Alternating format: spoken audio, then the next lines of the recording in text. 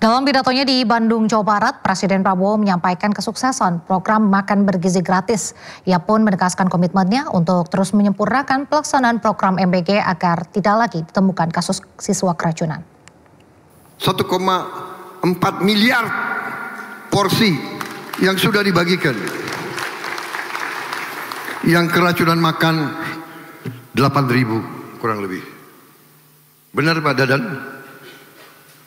Jadi kalau diambil statistik adalah 0,0007 atau 0,0008. Artinya program ini 99,99% berhasil. Jadi di mana ada usaha manusia yang 99,99% berhasil dibilang gagal. Tapi kita tidak mau ada satupun, tidak boleh ada satupun anak yang sakit. Sementara itu Kapolri Jenderal Listio Sigit Prabowo meresmikan 35 SPPG baru di Jawa Tengah. Menurut Listio Sigit, SPPG harus dipantau untuk memastikan tidak ada makanan berbahaya.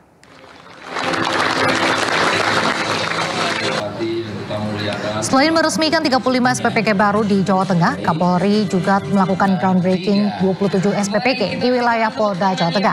Menurut Kapolri, pembangunan SPPG baru ini bisa memenuhi kebutuhan gizi 2,3 juta anak dan membuka 33.000 lapangan pekerjaan.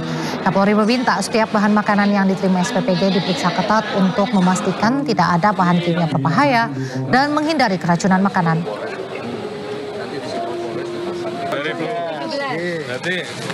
Secara khusus tadi sesuai dengan arahan Bapak Presiden bahwa untuk mengantisipasi terjadinya kualitas makanan yang kemudian nanti tidak higienis dan berdampak kepada penerima manfaat atau anak-anak kita, tadi saya mengecek langsung bagaimana proses mulai dari penerimaan bahan baku yang akan diolah untuk menjadi masakan. Presiden Republik Indonesia Prabowo Subianto merayakan ulang tahun ke-74 di Kompleks Istana Kepresidenan Jakarta. Melalui akun media sosial Instagram, Presiden Prabowo Subianto membagikan momen perayaan sederhana yang dihadiri oleh orang-orang terdekatnya. Putra Sematawayang Didit Hadi Prastyo dan ada pula Titik Soeharto. Selain itu sejumlah pejabat juga nampak hadir, mulai dari Wakil Presiden RI Gibran Rakabuming Raka, Menteri Sekretaris Negara Prastyo Hadi, Sekretaris Kabinet Teddy Indrawijaya, hingga utusan khusus Presiden bidang pembinaan generasi muda dan pekerja seni Raffi Ahmad. Prabowo mengucapkan terima kasih atas segala ucapan, doa, dan harapan yang telah diberikan di hari ulang tahunnya. Ia pun mengungkapkan rasa syukur menjadi sumber semangat dan kekuatan Prabowo untuk terus mengabdi kepada bangsa, negara, dan seluruh rakyat Indonesia.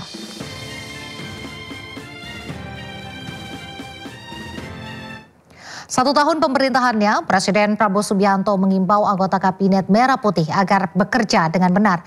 Ia tidak segan untuk mengganti jika peringatannya tidak diindahkan.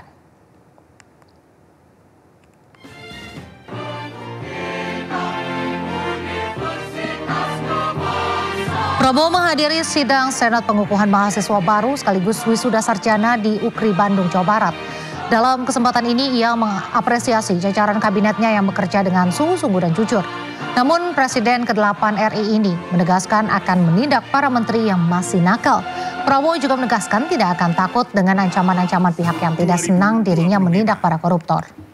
Program studi teknik industri dengan IPK 3. Boleh tanya menteri-menteri dan anak buah saya, kadang-kadang mereka minta, kami punya anggaran ini Pak, berapa kau butuh? Saya butuh 5T, saya kasih 10. Bayangkan kapan ada presiden kayak begitu itu. Karena anak buah saya hebat-hebat. Ya. Kalau ada 1-2 nakal, saya peringati. Ya kan? 1 kali peringatan,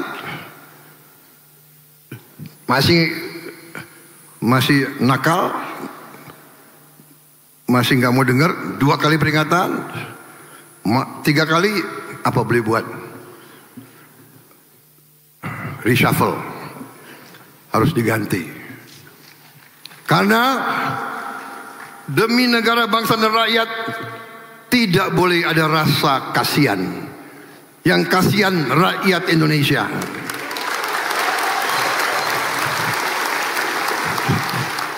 Saya nggak apa-apa dibenci, asal rakyat saya tidak benci saya. Kalau saya dibenci oleh maling-maling, koruptor, manipulator, penipu-penipu yang serakah, nggak apa-apa, nggak ada urusan. Saya dikasih peringatan, Pak, hati-hati loh Pak, mereka uangnya banyak, mereka bisa bayar demo, nggak ada urusan. Yang penting rakyat Indonesia mendukung saya tidak ragu-ragu. Saya tidak ragu-ragu, saya akan hadapi koruptor-koruptor dan maling-maling, saya hadapi bersama saudara-saudara.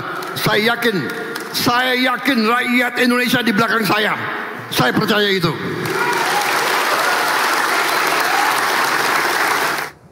Kita ke informasi lain pemirsa, Presiden ke-7 Republik Indonesia Joko Widodo melengos saat dimintai tanggapan terkait beban utang proyek kereta cepat Wush yang mencapai triliunan rupiah. Jokowi enggan berkomentar dan memilih membalikkan badan.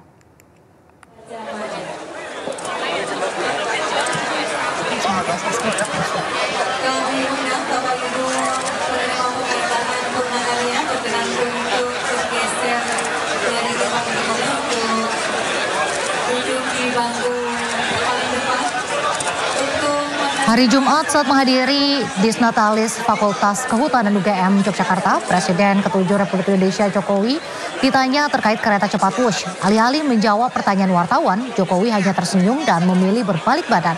Ia enggan berkomentar dan kembali berbaur, serta menyalami sejumlah alumnus Fakultas Kehutanan UGM Yogyakarta. Terkait bus yang sekarang tidak APBN gimana Pak?